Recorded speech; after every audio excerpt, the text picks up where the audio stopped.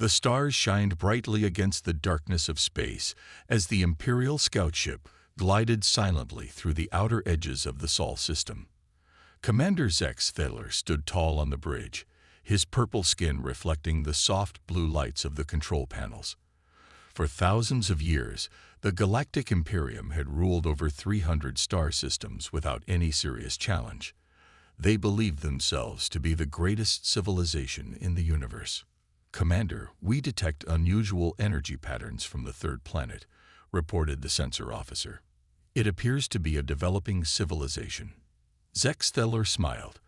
Another primitive species to add to their empire. Another world to tax and harvest for resources. "Send word to the Imperial Council. We have found new subjects," he ordered. On Earth, alarms blared through the command center of the Orbital Defense Station.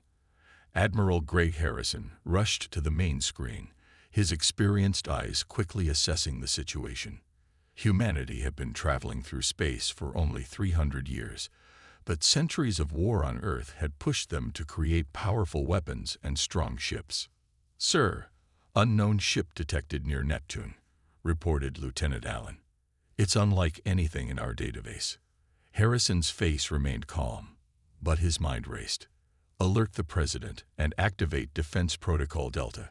Send a message asking for their identity and purpose."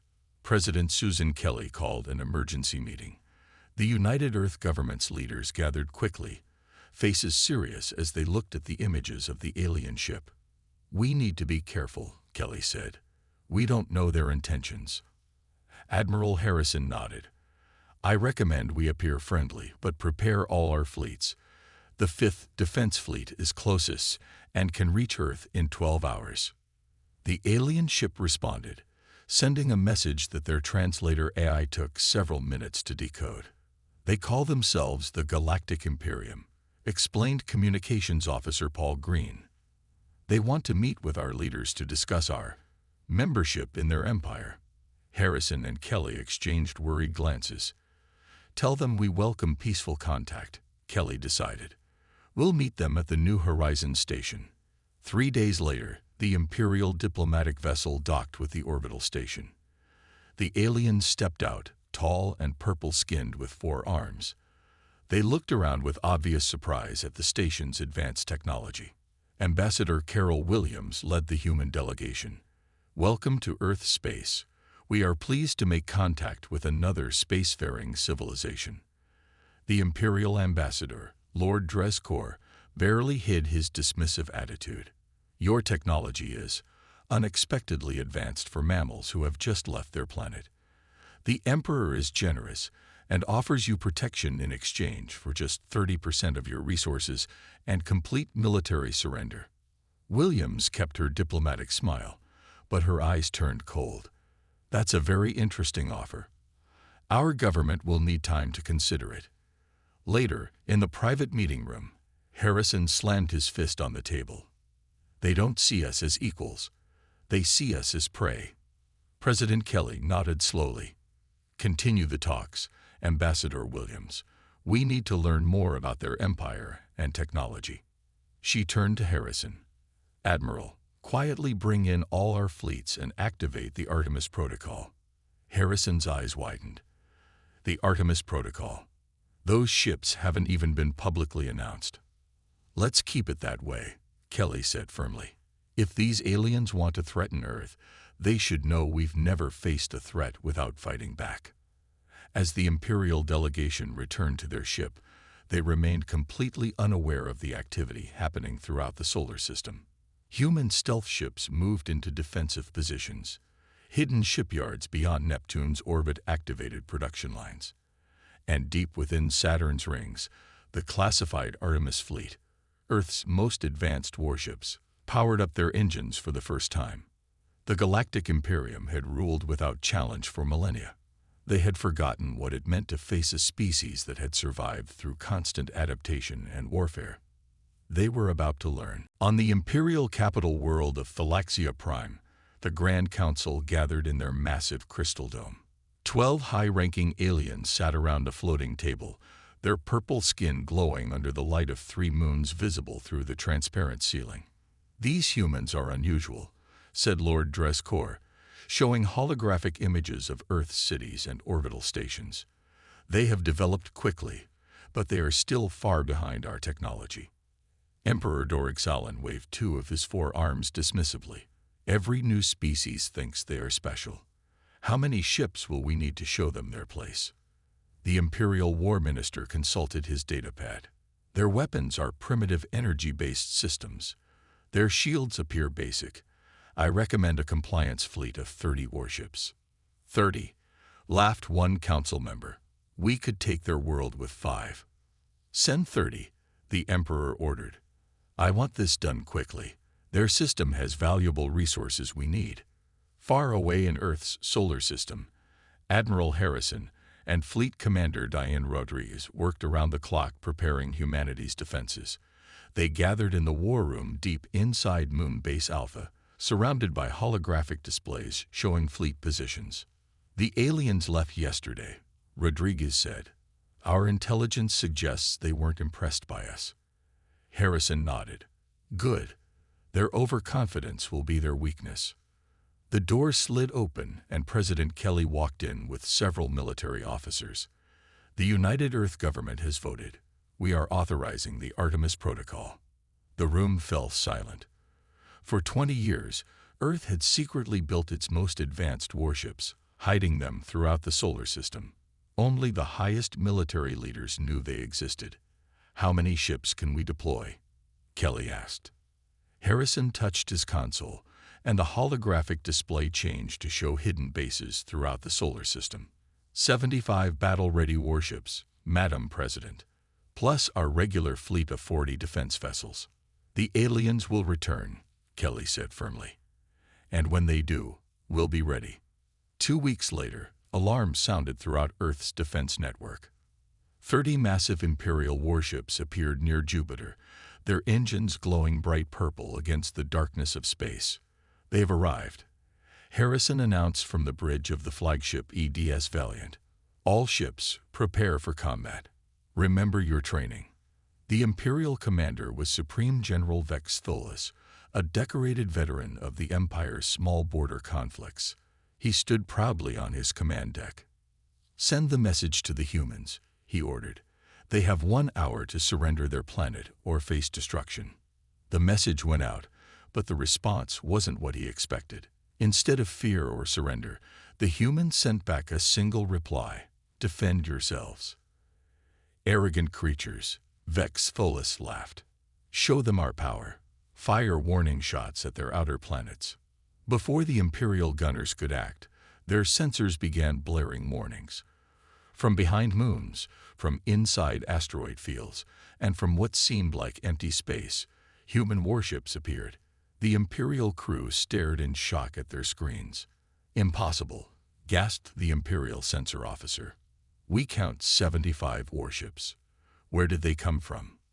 The human ships were smaller than the Imperial vessels, but moved with incredible speed. They formed attack patterns that the Imperial computers couldn't predict. Open fire, ordered Vex Tholis, but it was too late. The first human shots hit the Imperial flagship with surprising force. Their energy weapons somehow cut through the Imperial shields like they weren't there. On the bridge of the EDS Valiant, Admiral Harrison watched calmly. Target their engines and weapons systems, he ordered. Minimal casualties if possible. The battle that the Empire expected to last days was over in less than an hour. 29 Imperial ships floated dead in space, their engines destroyed and weapons disabled. The humans had lost just 3 ships.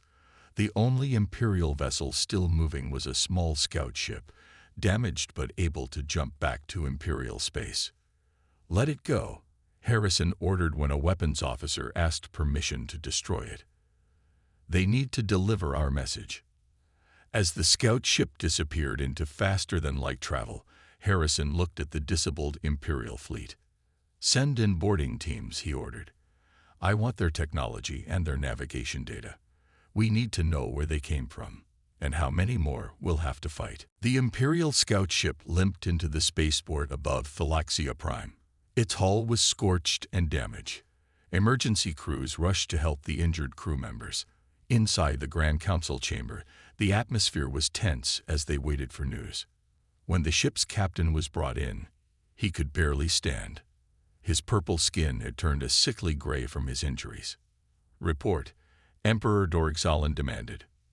"Destroyed," the captain whispered. "All of them. 29 ships gone in less than an hour." Shocked silence filled the chamber.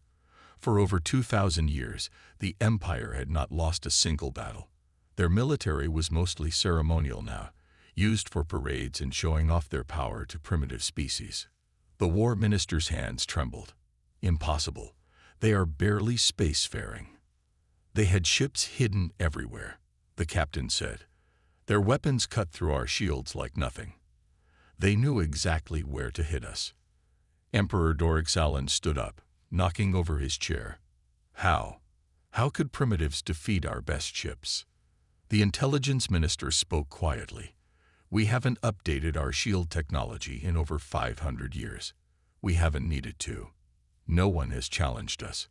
For the first time in centuries, true fear spread through the Imperial Council. Send all available fleets to crush these humans, the Emperor ordered, his voice shaking with rage. The war minister looked down. Our fleets are scattered across 300 systems. It will take weeks to gather enough ships. Back on Earth, President Kelly stood before the United Earth Government Assembly. 600 representatives from all Earth nations sat in the great circular hall. Screens showed the battle footage. For centuries, humanity fought itself, Kelly said. We nearly destroyed our own planet many times. But those dark days prepared us for this moment. While these aliens grew lazy and comfortable ruling their empire, we kept fighting, learning, and improving our technology. Admiral Harrison stepped forward. We captured 29 of their ships. Their technology is advanced, but it hasn't changed in centuries. They have no new ideas. Chief Scientist Olivia Garcia joined them at the podium. She was young but brilliant, with an intense focus in her eyes. We've analyzed their shield frequencies, she explained, showing diagrams on the large screens. Their entire empire uses the same basic shield design. One weakness affects them all. The assembly erupted in discussion. Finally, the speaker called for order. What do you propose? He asked President Kelly. We cannot wait for them to attack again, Kelly answered firmly. They have 300 worlds and will gather a massive fleet. We must strike first to protect Earth. The vote was nearly unanimous. Of 600 representatives, 598 voted to authorize a preemptive defensive campaign. After the session, Harrison, Garcia, and several military leaders gathered in a secure room. What did you learn from their navigation data? Harrison asked. Garcia displayed a star map showing the location of dozens of Imperial outposts and bases. Their nearest military base is here, at a planet they call Kelduris, she said, pointing to a star system about 10 light-years away. It's lightly defended because they've never needed strong defenses before. Harrison studied the map. They expect us to wait for their attack. They don't think we can reach their territory. Fleet Commander Rodriguez smiled. But our new jump drives are twice as fast as theirs. We can be at Kelduris before they even organize their fleet. Harrison nodded. We need to move quickly. Every Imperial outpost we take reduces their ability to communicate and coordinate. President Kelly joined them, looking at the star map with serious eyes. We never wanted war among the stars, she said quietly. But we will not allow Earth to be conquered or destroyed. She pointed to the map. How soon can our fleets be ready? 48 hours, Harrison replied. We're already loading the captured Imperial data into our targeting systems. Then in 48 hours, Kelly said, humanity will take the fight to the stars. May God help us all. Throughout the solar system, human ships prepared for war. A war they never wanted but were all too ready to win. The Imperial fortress world of Kelduris hung in space, a blue-green planet surrounded by defense stations. For centuries, it had stood as an unchallenged symbol of Imperial power in this sector. The commander of the fortress, Sub-General Krasnoreth, was enjoying his morning meal when the alarms began to sound. "What is happening?" he demanded, rushing to the command center. "Unknown ships appearing from jump points," reported an officer, his voice shaking. "They're already inside our outer defense perimeter." "Impossible," the sub-general whispered, but the screens showed the truth. 12 sleek black ships had appeared without warning, moving so fast the tracking systems could barely follow them. In the lead ship, Fleet Captain John Martinez gave his orders calmly. "Target their communication arrays first," he said. "Then weapons systems. Remember the plan. Don't give them time to call for help." The human ships moved with deadly precision. They were smaller than the massive Imperial vessels, but much faster. Their weapons fired in perfect coordination, hitting critical systems on each defense station. "Sir, we've lost contact with defense stations 3 through 7, an Imperial officer reported, panic in his voice. "Send out the patrol fleet," ordered Krasnoreth. 6 Imperial warships rose from the planet's surface, but they were slow and unprepared. The human vessels danced around them, firing weapons calibrated specifically to bypass Imperial shields. Within 20 minutes, the battle was over. The human ships surrounded the planet, its defenses completely disabled. "Send the message," Martinez ordered. On the planet below, Sub-General Krasnoreth received the transmission.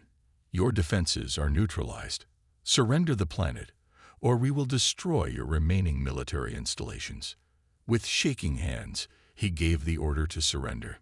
Similar scenes played out across Imperial space as humanity launched coordinated attacks on multiple outposts. The Empire's response was slow and confused. Their military had grown complacent over centuries of unchallenged rule. On the Imperial capital, Emperor Dorixalan raged at his generals. "How are they attacking everywhere at once? How are they moving so quickly between our systems?" The war minister looked defeated. "Their jump technology is superior to ours. By the time we get reports of an attack, they've already moved to the next target. Our ships are bigger and more powerful," argued another general. "Size doesn't matter if they can't hit their targets," replied the intelligence minister. "The human ships are faster and more agile. And their AI combat systems." He paused, looking truly frightened. "They adapt to our tactics in real time. We use the same battle formations we've used for centuries. They predict our every move." Near the edge of Imperial space, Lieutenant Samantha Powell commanded the stealth frigate Peregrine on a critical mission. Her ship slipped past Imperial patrols, its advanced stealth technology making it invisible to their sensors. "Target in sight," announced her sensor officer. "Imperial communications hub dead ahead." Powell nodded, her face determined. "Prepare boarding teams. Remember, we need their central computer intact." The Peregrine attached itself to the communication station like a predator catching its prey. Boarding teams in powered armor cut through the hull and stormed inside. The Imperial crew, unused to actual combat, surrendered quickly. Chief Engineer Bill Rogers worked quickly at the main terminal. "I'm in their network," he reported after several tense minutes. "Downloading their entire military coordination data now." Powell allowed herself a small smile. "Send it to command immediately." Back on Earth, Admiral Harrison received the intelligence and called an emergency meeting with President Kelly. "We have their entire communication network," he explained. "We can see their fleet movements, their response plans, everything." Kelly studied the data. "How bad is it for them?" "We've taken 17 outposts in 3 days," Harrison replied. "They've lost nearly 100 ships, and we've lost only 6, but they're starting to coordinate better." Kelly nodded. "Then we need to strike harder before they can organize a proper defense." "What's our next target?" Harrison pointed to a location on the star map. "Their main shipyards at Centaurus Prime. If we can hit there, we can cripple their ability to build new warships." "Make it happen," Kelly ordered. As the meeting ended, news arrived of another successful attack. Humanity's offensive was rolling forward like an unstoppable wave. and the once mighty Galactic Imperium was beginning to crumble. The imperial capital world of Phalaxia Prime was in chaos. Reports of defeats poured in from across the Empire. In the streets, citizens whispered about the unstoppable human forces. In the palace, Emperor Dorixalan watched his 3,000-year-old empire begin to fall apart. Another system has declared independence, reported the Interior Minister. The Zontari have overthrown our governors and are welcoming human ships. The Emperor smashed his fist on the throne. Traitors, all of them. It's not just the Zontari, said the Intelligence Minister quietly. 7 other species have started rebellions. They've been waiting for this opportunity for centuries.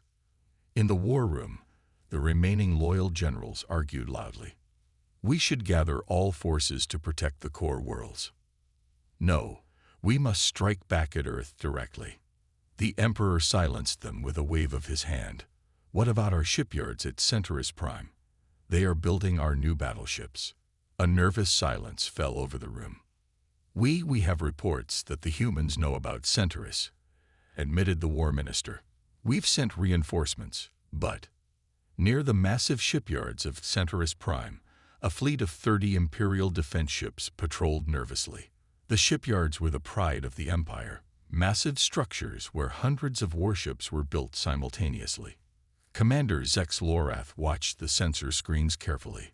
Any sign of human ships? Nothing, Commander, replied his officer. Space is clear for 10 light minutes in all directions. Zex Lorath nodded, but he didn't relax. He had heard stories of how quickly the human ships could appear. Inside the largest shipyard, workers rushed to complete the new Imperial flagship, a massive vessel that could carry 1,000 smaller ships. It would turn the tide of the war, if it could be finished in time.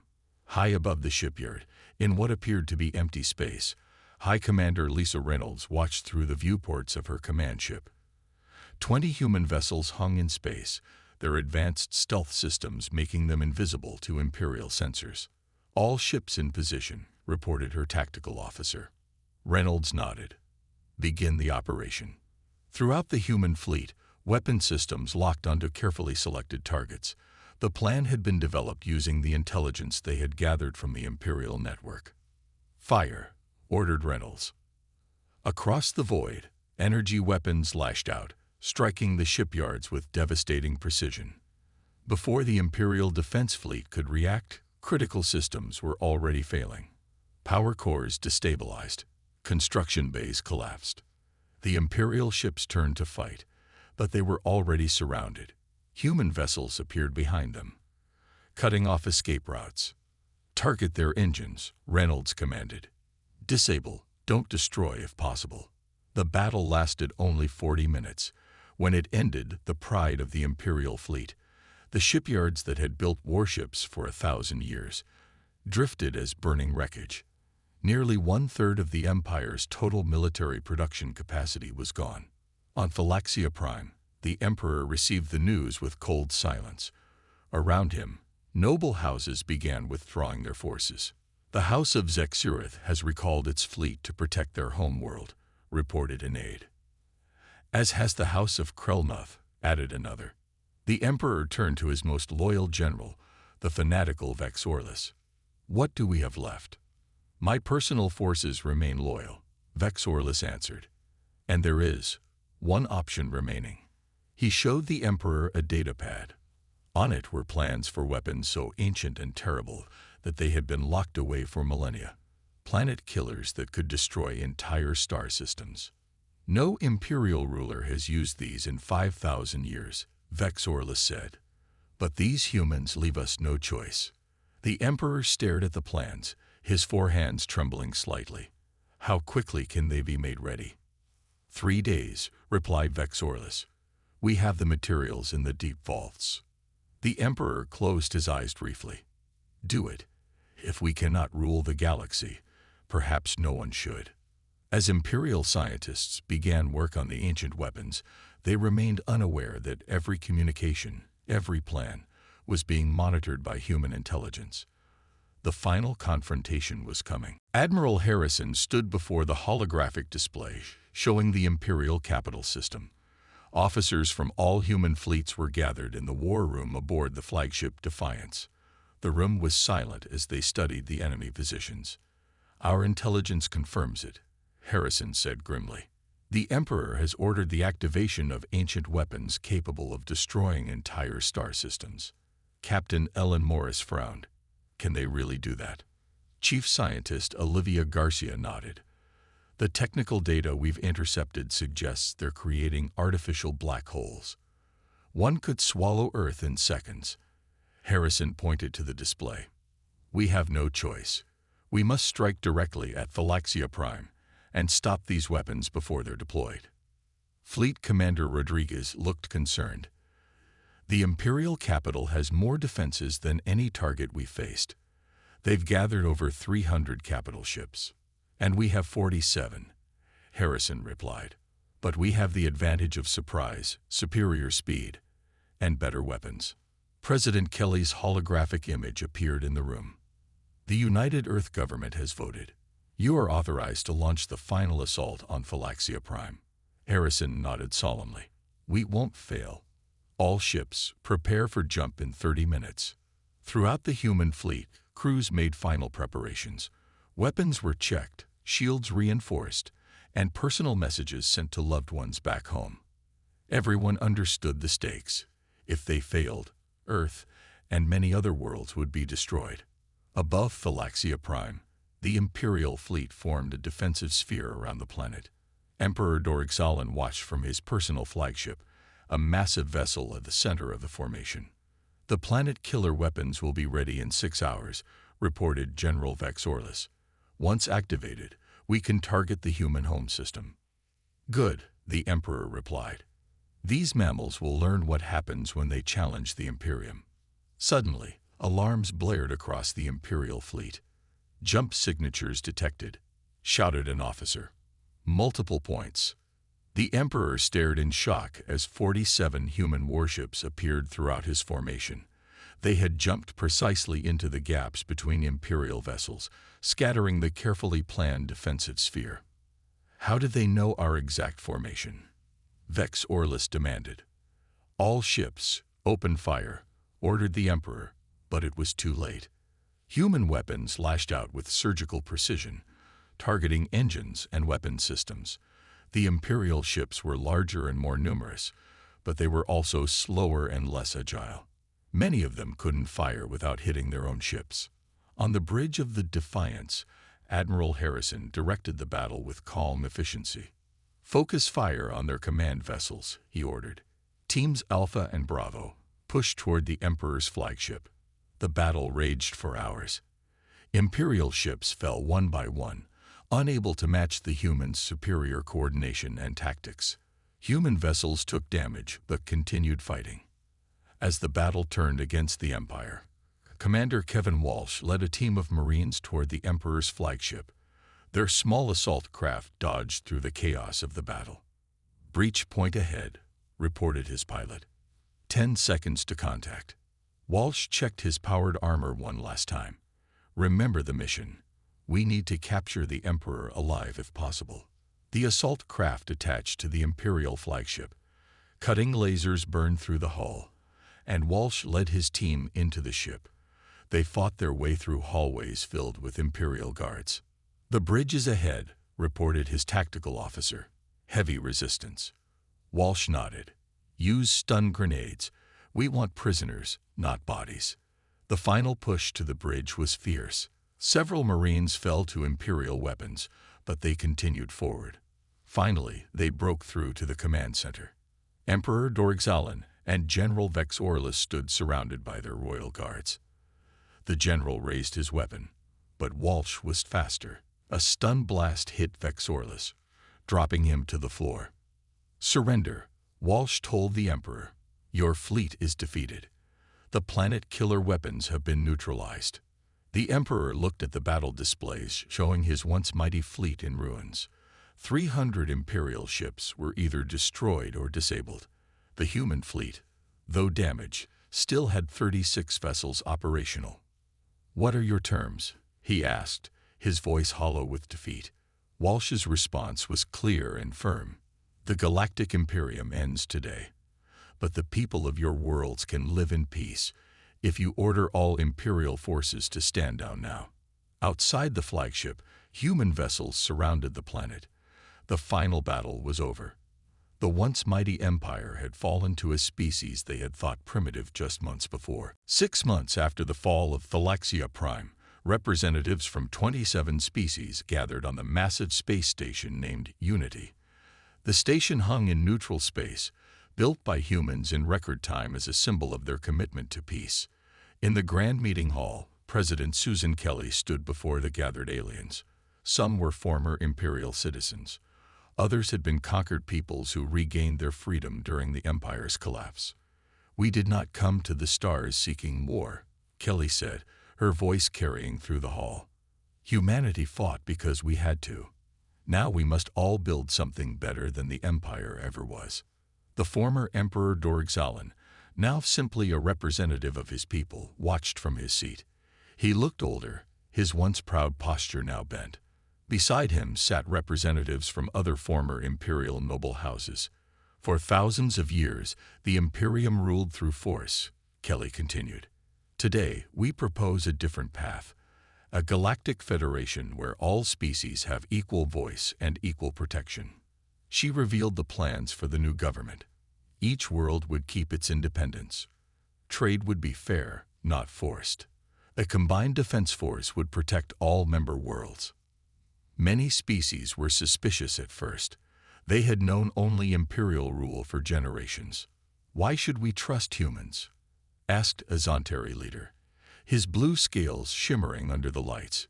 "Your ships destroyed the imperial fleet in weeks. How do we know you won't become the new conquerors?" Admiral Harrison stepped forward to answer. "Because we know the cost of war better than most. Our planet nearly destroyed itself many times. We learned that power without wisdom leads only to destruction." As the days passed, negotiations continued. Former enemies found common ground. The Thalaxians, once rulers of the galaxy, proved surprisingly supportive of the new system. "We grew weak because we stopped adapting," admitted Dorgzalan during one session. "Ruling without challenge made us complacent. Perhaps this new balance will be better for all." By the end of the month, the Federation Charter was signed. 27 species committed to a new future based on cooperation rather than conquest. Admiral Harrison became the head of the new Federation's peacekeeping force.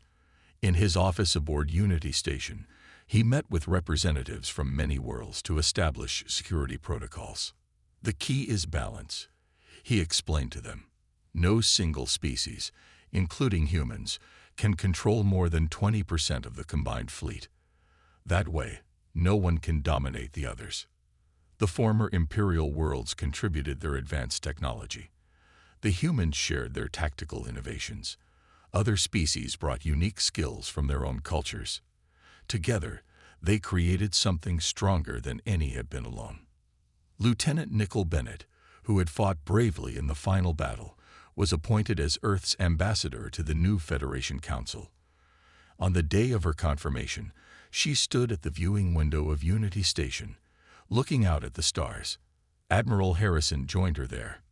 "Quite a view," he said quietly. Bennett nodded. "It's strange to think that 6 months ago, we were fighting for our survival. Now we're helping build a new galactic civilization. It's what humans do best," Harrison replied. "We adapt. We change. We build from the ashes of conflict." They watched as ships from dozens of worlds moved peacefully through space around the station. Human vessels flew alongside former Imperial ships, now marked with the Federation emblem. "Will it last?" Bennett asked. "This peace?" Harrison considered the question. "Nothing lasts forever. But we've created something better than what came before, and we've kept the tools to defend it if needed." Below them in the docking bay, the great warships that had stunned the galaxy with their power now served as peacekeepers. Their weapons were quiet but not dismantled, a reminder that peace sometimes required the strength to defend it. As the new Federation took its first steps into the future, the galaxy watched with cautious hope. The story of how a young species from an overlooked yellow star had brought down an ancient empire would be told for generations to come. But the more important story was just beginning. The story of how that same species helped build something better from the ruins. The age of the empire was over. The age of the Federation had begun.